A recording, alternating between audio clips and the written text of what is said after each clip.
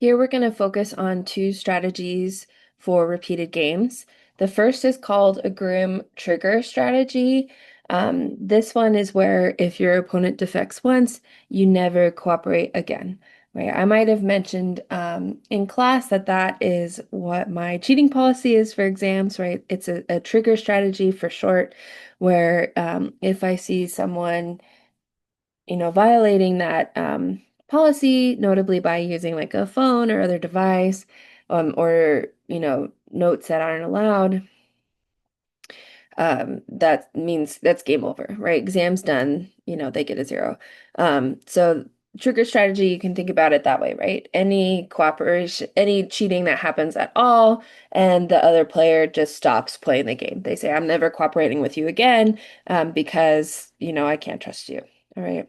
So if we continue to use um, Disney and Warner Brother in that advertising game, if they are able to sustain cooperation um, over several rounds and then one of them cheats, right? Maybe Disney decides, oh, they're going to advertise for their next movie, and Warner Brothers is playing a grim trigger strategy. What it means is that after that point, um, Warner Brothers will never cooperate again. So that's why when we were finding the discount rate that would be needed to sustain cooperation, the defect payoff assume that after one of them cheats once, there's never cooperation again. That's again assuming that they're playing a grim trigger strategy.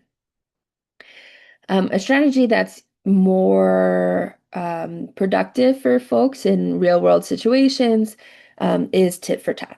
So, what tit for tat means is that you mimic your opponent's prior period action.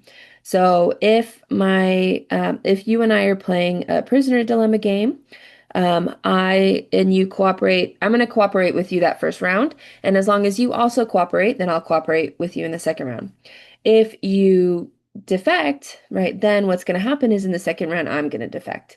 And then going into the third round, as long as you cooperated in that previous round, I'm going to cooperate as well. Right. So essentially, I just mimic whatever you did that prior period. That is tit for tat. All right. With that, we're going to stop and turn to sequential games.